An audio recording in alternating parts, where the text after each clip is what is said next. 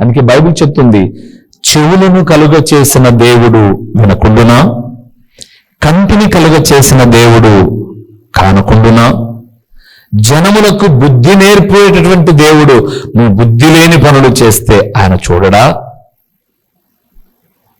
అందుకే ఆయన అంటున్నాడు దేవుని సన్నిధానంలో, నీ బాధను చూసే దేవుడు ఆయన ఉన్నాడు.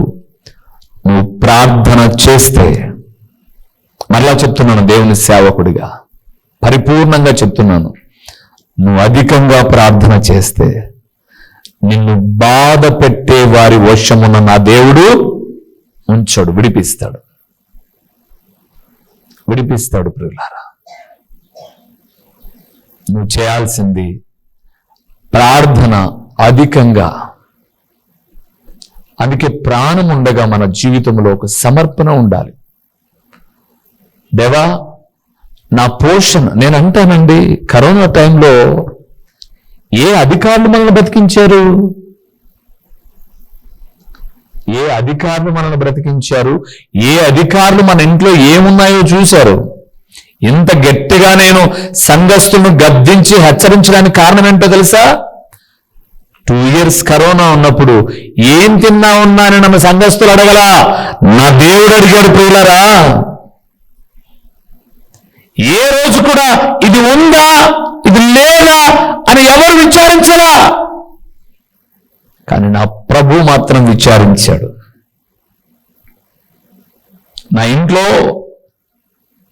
నేను ఎక్కడో సువార్త నిమిత్తమై వెళ్ళి కరోనాను తీసుకొచ్చి ఇంట్లో మా ఆయనకు తగిలించి పెట్టాను. వాస్తవంగా మేము 100 రూపాయలు బయట ఖర్చు పెట్టుకునేటటువంటి స్థితి కూడా కాదు అప్పుడు ప్రారంభ దినాలు.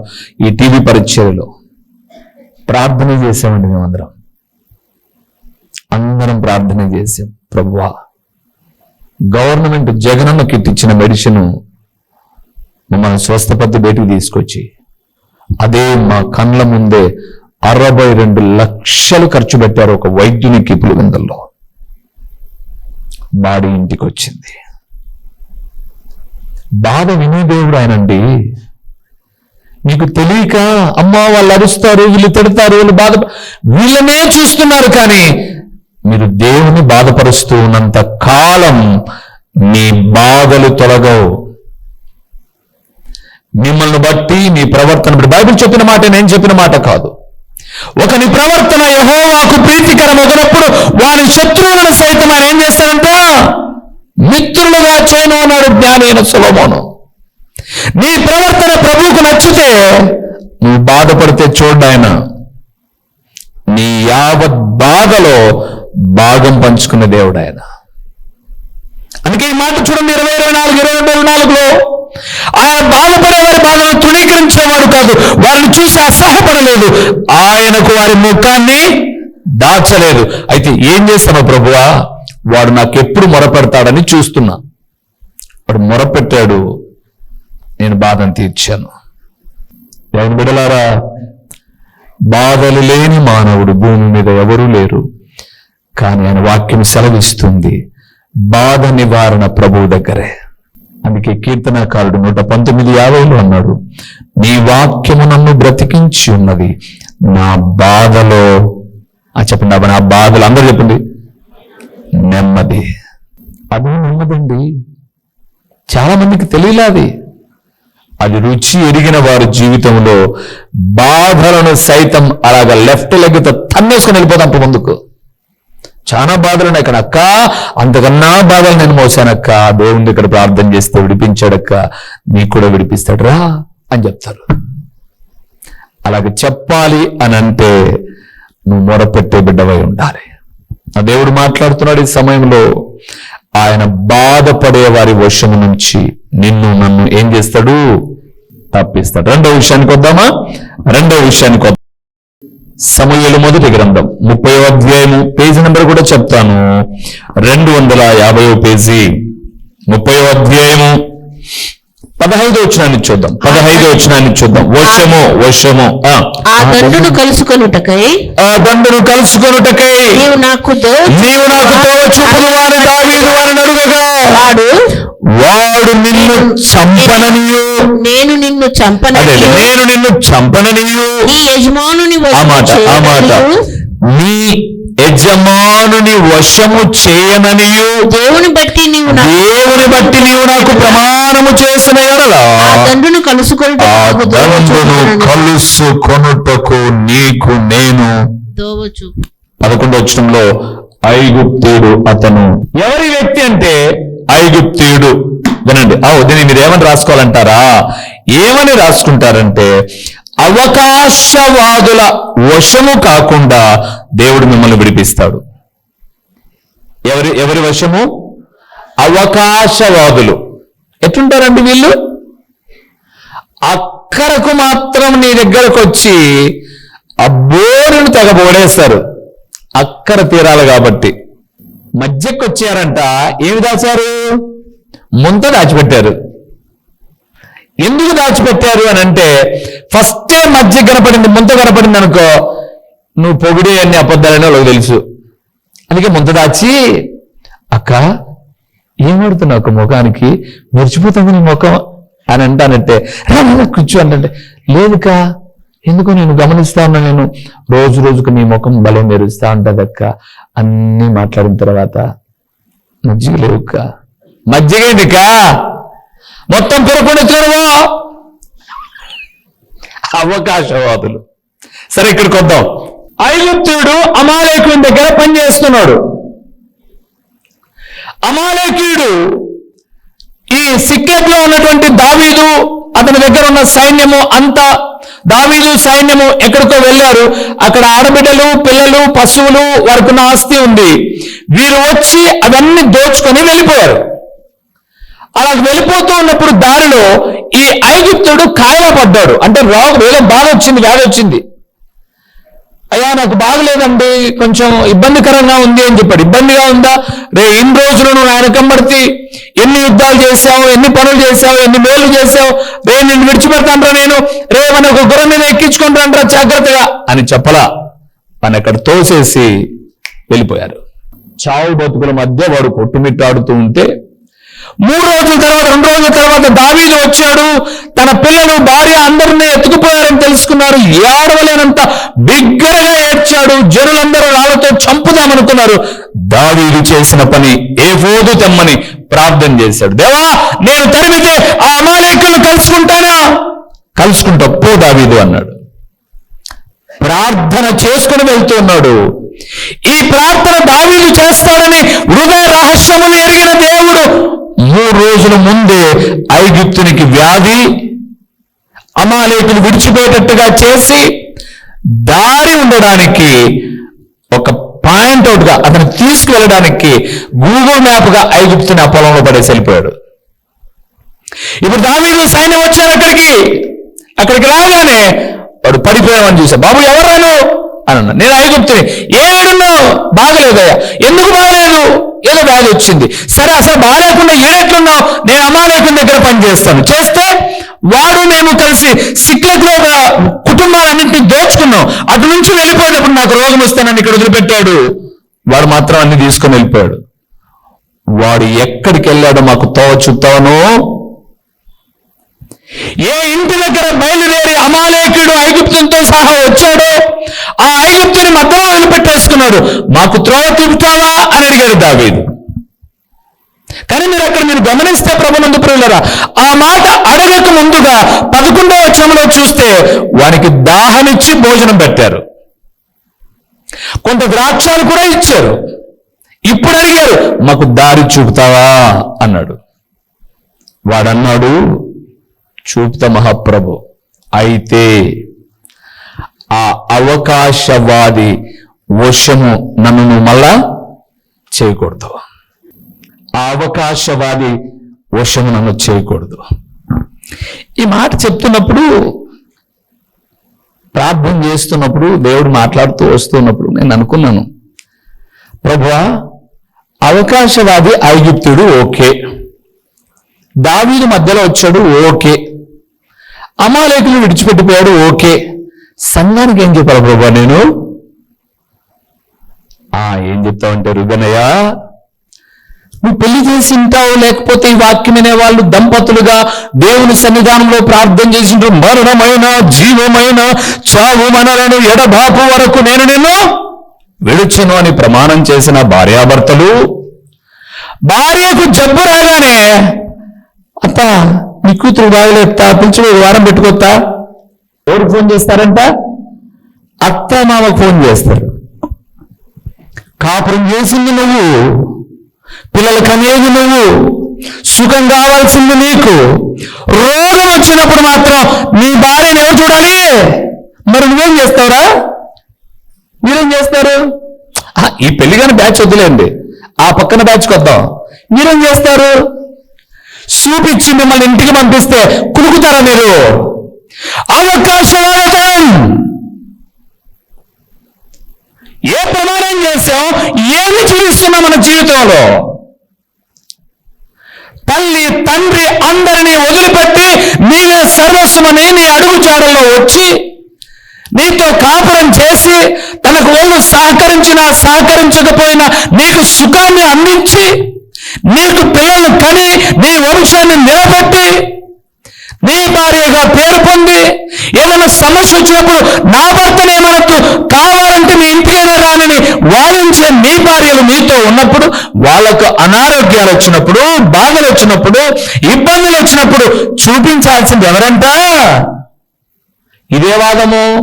ఇది చెప్పరా రూబేన్ అంటే, ప్రభు నాకు భయం తండ్రి, మా వాళ్ళు కొంతమంది బ్యాచ్ ఉన్నారు నా మీద రివర్స్ అవుతారంటే, ఏ పొద్దు నీ మీద రివర్స్ కాలే ఇడుసు అన్నాడు.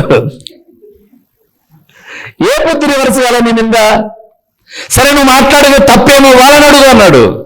మిమ్మల్ని అడుగుతున్నా, తప్పైతే చెప్పండి, ఏం పర్లేదు. తప్పు కదా దేవుని సేవ కూడా, నువ్వు తప్పు కదా. మా ఇంట్లో మొదటి కానుపుకు 15 రోజుల ముందు, నెలలోపు అంటే కానుపోయిన తర్వాత మా భార్య వాళ్ళ ఇంట్లో ఉండింది.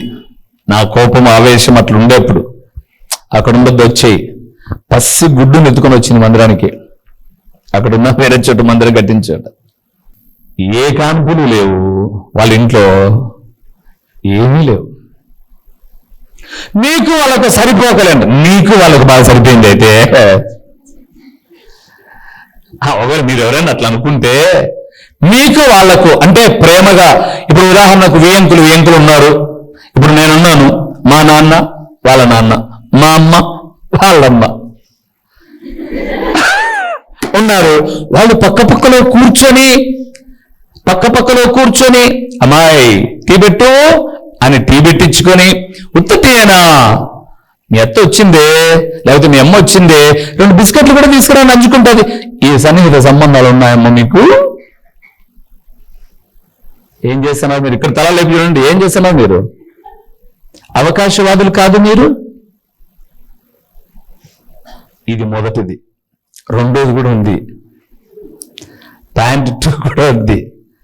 రెండోది ఏంటంటే, భర్తకు బాగలేకపోయినా అత్తమ్మా నీ కొడుకుని 2 రోజులు వచ్చి చూసుకోరాదు, నువ్వేం చేస్తావమ్మా, నువ్వు సీరియల్ చూస్తావా? అత్త రావాలంట అంటే ఈయన ఆ ఇల్లు ఒత్తరుకొని వచ్చేసి ఉంటుంది, కడగానో ఇంకోటి బయటకు వచ్చేసి ఉంటుంది. ఇప్పుడు భర్తకు 2-3 రోజుల నుంచి బాగలేదు, 1 వారమో 10 రోజులు బాగలేదు. ఇప్పుడు ఈ అమ్మ కూడా ఏం తెలుస్తుందంటే, అత్తమ్మ మీ కొడుకు చాలా ఇబ్బంది పడుతున్నాడు, నిన్నే కలవరిస్తున్నాడండి. ఉత్తది దొంగ మీరు పనిచేస్తారు, ఇక దొంగదయ్యి నిన్నే కలవరిస్తున్నాడంటే పేగులు తరుక్కుపోయి, కన్న ప్రేమ కాదు తరుక్కుపోయి ఆమె వస్తానంటే అన్ని నువ్వు ఎత్తు, నేను మాత్రం అలా టీవీ చూసుకుంటా కూర్చుంటా. ఈ బ్యాచ్ కూడా ఉంది. వీళ్ళని ఏమంటారు? మీరు చెప్పండి ఏమంటారు వీళ్ళను? అవకాశవాదులు. బాగున్నప్పుడంతా పని చేయించుకుంటే, బాగలేడని చెప్పేసి బజార్ వదిలిపెట్టా. ఈరోజు ఇంత వాక్యం వింటున్నా ప్రార్థన అని ప్రార్థన చేస్తానే, అంతరంగంలో ఉన్న అవకాశవాదం. నువ్వు ఈరోజు ఏదైతే చేస్తున్నావో నీ కడుపున పుట్టిన పిల్లలకు ఒక 20 ఏళ్ల తర్వాత అదే వచ్చినప్పుడు నీకు బాధ ఏంటో తెలుస్తుంది నాయనా, నీకు ఇబ్బంది ఏదో తెలుస్తుంది. ఆ రోజు నువ్వు ఇప్పుడు నీ భార్యని ఏమేమైతే మాట్లాడుతున్నావో, రేపొద్దున నీ బిడ్డలు కూడా అలాగే మాట్లాడాలని నీ దృష్టికి వచ్చి చెప్పినప్పుడు తండ్రిని అనుకో, లేకపోతే వాళ్ళ అమ్మ వాళ్ళని అనుకో, పేగులు తరుక్కుపోవడం కాదు, నీ పేగులు ఊడిపోతాయి. మనసు మార్చుకో. ఈరోజు బతుకును మార్చుకో. గాంధీ మహాత్ములు అన్నారంట, మన దేశానికి స్వాతంత్రం తెచ్చిన మహాత్మా గాంధీ గారు, ప్రార్థించే పెదవుల కన్నా, చెప్పండి రా, ఏంటంట మేలు అది నేర్పిస్తే అందరూ చేస్తారు ప్రార్థన, కానీ హృదయములో మంచి బుద్ధి ఉండాలి. చెప్పండి, ఏముండాలి? సహాయం చేసే బుద్ధి. నేను అంటాను, బాగలేకపోతేనే అత్తా మామలకు ఫోన్ చేస్తేనే, అత్తా మీ కొడుకు బాగలేదని చెప్తేనే, పొరపాటుగా ఎందుకు ఉపయోగపడకుండా మంచం పడితే మీరు పెట్టుకోర్రా అక్రమ సంబంధాలు ఇంకా జీవితంలో?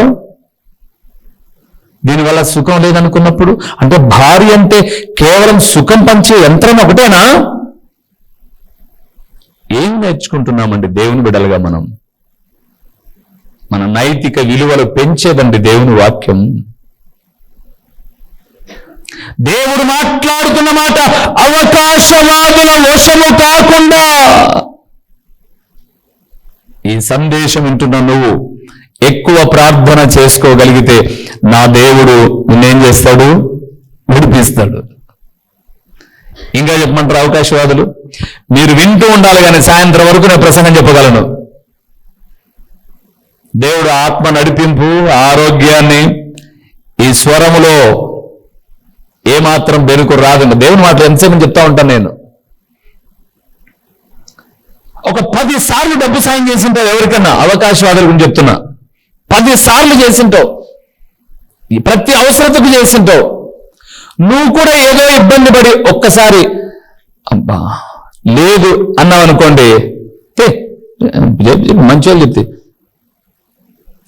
అరే 10 సార్లు నాకు హెల్ప్ సహాయం చేసిన వ్యక్తి ఈరోజు తను ఏ ఇబ్బందిలో ఉన్నాడో, లేదు అన్నాడంటే తన మనసులో ఏ ఇబ్బంది ఉందో అని ఆలోచించరు.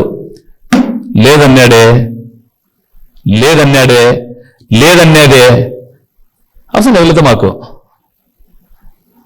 కంటిన్యూగా ఇంటికి వస్తాంటాం చూడండి, బ్రేక్ చేస్తాం. ఏమంటే వీలే వాళ్ళు ఇవ్వలే.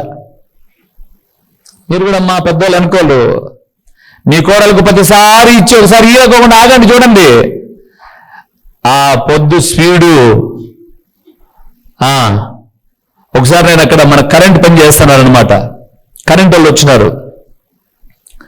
కరెంట్ వాళ్ళు వచ్చిన తర్వాత వాళ్ళు అన్నారు, సార్ మేము ఒకడు పైకి ఎక్కాలా, ఒకనికి టేపు అవి ఇవి అందియాలా, మేము ముగ్గురం వచ్చే వాళ్ళం, ఇద్దరమే వచ్చాం. మీరేమనుకోకుండా సబ్ స్టేషన్ దగ్గర ఉంటే మేము ఇది క్లియర్ అయిన తర్వాత, ఎందుకంటే ఆడ ఆఫ్ చేసి వచ్చారనమాట లైను, ఇది క్లియర్ అయిన తర్వాత మేమే ఇటుకు వచ్చి ఆన్ చేసి ఇక్కడికి వచ్చిన తర్వాత మీరు చెక్ చేసుకుందరు అన్నారు.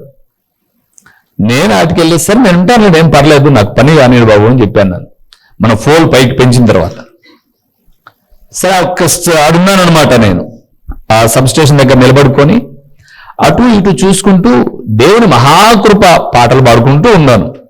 ఎవ్వరు లేరు ఆ సబ్ స్టేషన్ దగ్గర. 11 ఆ టైంలో ఉదయకాలం. ఒక పాముండి అసలుకు ఎంత షార్ప్గా ఉందంటే దాని పని అది చేసుకో, అది ఆ పక్క నుంచి ఈ పక్కకి వెళ్ళాలి. అది చాలా షార్ప్గా ఉంది. అది వచ్చేసింది. నేను ఆడ దగ్గర ఉన్నటువంటి, నేను చుట్టూ చూసుకుంటున్నాను కానీ కింద చూడలే, ఎందుకు కిందనేమోసం రోడ్డు కదా అని చూసేసరికి భయం వేసి గెట్ట క్యాకేసి అట్లా నేను జంప్ చేశాను. అంటే ఇక్కడున్నాను నేను, అక్కడికి నేను జంప్ చేశాను. ఈ పాము కూడా ఏం చేసిందంటే నన్ను చంపినారా బాబు అని ఇది కూడా ఇక్కడ జంప్ చేసింది. నేను అటు, ఇది ఇటు. నేను అనుకున్నాను అది అటు కాకుండా ఇటే జంప్ చేసింటే ఆ బాధలో భయంలో ఎక్కడొచ్చిన పట్టేది. ఇప్పుడు పాంగత ఎందుకని అంటావా? మీరు లేదంటే పాంగ్ కన్నా స్పీడ్గా జంప్ చేసుకుంటూ పోతారు ఇంటికి. మీరు ఇస్తున్నంతసేపే మంచోళ్ళు, మీరు ఇవ్వడం ఎప్పుడైతే ఆగుతాడో అప్పుడు చూడండి ఇంకా నిజమైన విశ్వరూపం బయటకు వస్తుంది. కానీ ప్రియులారా, అవకాశవాదం ఎప్పుడు మంచిది కాదు. ఆరాధికులు అనబడేవారు ఎప్పుడు అర్థం చేసుకుంటారే కానీ అవకాశవాదులుగా ఉండరు. వాళ్ళు ఏమంటారు మరి? ముగిద్దామా? ఇంకొక 15 నిమిషాలు ముందుకు వెళ్దామా? ఈ టెంపోలో ముందుకు వెళ్దాం, ఓ 15 నిమిషాలు అదే ముగిచ్చేద్దాం. ఈ ఒక్క విషయంలోనే నేను అప్పుడప్పుడు కొంచెం కరెక్ట్గా ఎగ్జాక్ట్లీ 9కి 1 నిమిషం ఉండగానే ప్రారంభిస్తాను. కానీ 11:10-11:30కి అయ్యేద్దామంటే ఎప్పుడు ఒక 5-10 నిమిషాలు ముందుకు వెళ్తుంది. కారణం ఏంటంటే ఆత్మ నడిపింపులో చెప్పేటప్పుడు మిమ్మల్ని ఆ ఫోలోలో అట్లా తీసుకెళ్లాలని, మన వాక్యం విని మర్చిపోకోకుండా. సో మొదటిది చెప్పండి, బాధపరిచే వారి వశం నుంచి దేవుడు ఏం చేస్తాడు? విడిపిస్తాడు. రెండవది, అవకాశవాదుల వశము కాకుండా కూడా మనల్ని మారండి అన్న, అక్క మారండి, అక్క అన్నలు మారండి. ఏం మారాలి? చెప్పరే? అది చెప్తారని చూస్తాను. నేను చెప్పానే ఎందుకు? మాకు ఇంకా అవకాశం ఉంది. మరలా చెప్తున్నానండి, మనము ఏదైతే చేస్తామో అది తర్వాత నెక్స్ట్ తరం వస్తుంది చూడండి, వాళ్ళకి ఇంకొంచెం వేగంగా వస్తుంది.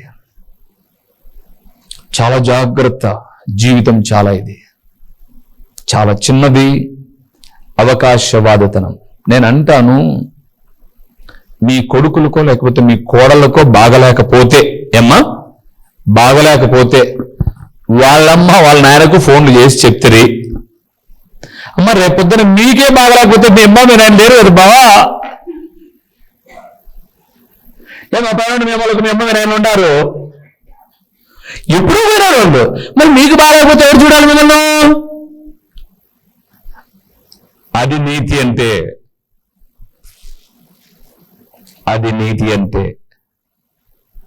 ఇది నాకు బాగలేదండి, నా భార్య చూసింది. నా భార్యకు బాగలేదండి, వాళ్ళ అమ్మలోకి చెప్తి వాళ్ళ అమ్మోళ్ళు బిడ్డ కాబట్టి అట్లా చూసుకుంటారు. రేపు పొద్దున నేనేమంటానంటే, వాళ్ళకు బాగలేకపోతే ఎవరమ్మా చూసుకుంటారు? అందుకే ప్రమాణాలు చేసేటప్పుడు ఎంత మంచిగా చెప్పింటామో, వ్యాధి ఎందు చెప్పండి, నేను పెళ్లి చేసిన వాళ్ళందరూ, ఆరోగ్యమందు నిన్ను ప్రేమించి సంరక్షించి నా పెళ్లి భార్యనుగా చేసుకొని 99 పెళ్లిళ్ళు చేసినాం. ఒకటి వెయిట్ చేస్తాను, ఏదో తెల్లంగా 99 చేసేప్పుడు దాకా. ఒకటి చాలా మంది పిలిచినా 100 ఒక గుర్తింపు ఉండాలని సారి రానని చెప్తున్నా. ఇప్పుడు 100వ పెళ్లి చేసేసరికి ఒక మంచి విశ్వాసులను వాక్యంలో వీళ్ళు చాలా స్థిరమైన వాళ్ళు అన్నప్పుడు చేద్దాంలేని చాలా పెళ్లిళ్ళు వచ్చినా కూడా సరే నాకు ఆ డేట్ కాలేదు అంటున్నా. ఎందుకంటే 100 అనేది సెంచరీ కొంచెం బాగా ఉండాలి కదా. వ్యాధి యందు ఆరోగ్యమందు నిన్ను ప్రేమించి సంరక్షించి నీకు లోబడి ఉండుటకై నీ భార్యని నిన్ను ప్రేమించి ఉండుటకై నా ఆస్తిలో ఏ భాగం? ఆస్తిలో భాగం ఏ ఆస్తి? ఇక్కడ మీరందరికీ మంచిగా 50 ఎకరాల పొలం ఉన్నాయేమన్నా? నా ఆస్తిలో పాలి భాగస్తురాలినిగా నిన్ను చేసుకొని జీవించనని దేవుని ఎదుట, సంఘం ఎదుట, పెద్దలందరూ ఎదుట ఏం చేశారంట? మరి ఆరోగ్యం అందంటివి, ఆయుష్ అందంటివి, ఆస్తిలో భాగం అంటివి, ఏంటికి పోయి రాను 10 రూపాయలు అది సరిపోదు నీకు? నియం. ఆడపిల్లలు ఎంత కష్టపడతారండి, వాళ్ళ ఇంట్లో చేసే పని ఎంతో కష్టం కదా. 10 రూపాయలు ఇచ్చామనుకో, 8 రూపాయలు అయిపోయినాక 2 రూపాయలు అడగట్లేవు. ఇది 2 రూపాయలు కూడా. కొడుకు 100 రూపాయలు ఇచ్చినప్పుడు అడగమన్నమాట, ఎంజాయ్ అని. పల్లెనికి మాత్రం 8 రూపాయలు అయిపోయినాక 2 రూపాయలు ఏం చేసినావు? 2 రూపాయలకు లెక్కసారం చెప్పాలా? కూరగాయల రేటు పెరిగినాయంటే, కూరగాయల రేటు పెరిగితే తక్కువ చేసుకో, ఇచ్చిన సర్దుకో, కాపురం చేసే తెలియదు అని అనేది. సరే సర్దుకోమన్నాడు కదా అని చెప్పేసి టమోటా వేయాల్సిన కాడ చింతపండు వేసి పప్పుసారు చేస్తే గన టమోటా ఒకసారి చేసినావే, ఎవడో నీకు నేర్పించింది? టమోటాకు లెక్కిపోతుంది. ఇవన్నీ మీరు అర్థం చేసుకోరా అండి? ఎన్ని ప్రసంగం చేసేటా మీకు తెలియదు ఇవన్నీ? అవకాశవాదంలో నుంచి మనము బయటికి రావాలి. బీ కేర్ఫుల్, జాగ్రత్త. మన ఆస్తులే కాదు, మన ఆత్మీయతలు కూడా పంచి అపకారం వద్దు, చేయమాకండి, అస్సలు చేయమాకండి, వద్దు. ఇతరులను బాధ పెట్టి మనం సంతోషించే జీవితం అది జీవితమే కాదండి. మంచిగా గద్దించి చెప్పండి, ఇది తప్పు కదా అని చెప్పండి. అన్యాయముగా నువ్వు చేసేది ప్రభు చూస్తూ ఉన్నాడు. అన్యాయం చేసిన సౌలు కుటుంబం ఏమైందండి? ఏమైంది? ఏ తప్పు చేయని యోనాతాను ఏమయ్యాడు? మెఫీబోషెతు ఎక్కడ బతికాడు? ఈ వాక్యం మనకు బుద్ధి కలగడానికి, మన జీవితాలు సరిచేయబడ్డానికి చెబుతున్నదని ఎందుకు గ్రహించరు? మనం జాగ్రత్త పరచబడదాం. అవకాశవాదులుగా, అన్ని దేవతలుగా ఏమన్నా మీ భార్యలు మీకు ఏం కాదు, భార్యలే దేవతలు కాదు. ఏమో మీ ఆయప్పలు ఏం కాదు మీకు, అది అట్టుంటే 9 రోజులు తీసుకుపోయి 8 రోజులు పడేసి రావాలా? ఓకే, ప్రార్థన చేద్దాం, జాగ్రత్త పరచబడదాం. మనం ప్రార్థన చేస్తే వీటన్నిటిలో దేవుడు మేలు చేస్తాడు. మహాపరిశుద్ధుడైన మా ప్రియమైన పరలోకపు తండ్రి, మహోన్నతుడైన దేవుడవు నాయన, నీ జనులు, నీ బిడ్డలు నీ సన్నిధిలో ప్రార్థన చేస్తే ఎవరి వశము మీరు చేయరో, మీరు మాట్లాడుతూ వచ్చిన విలువైన మాటల కొరకు హృదయపూర్వకమైన స్తోత్రములు నాయన.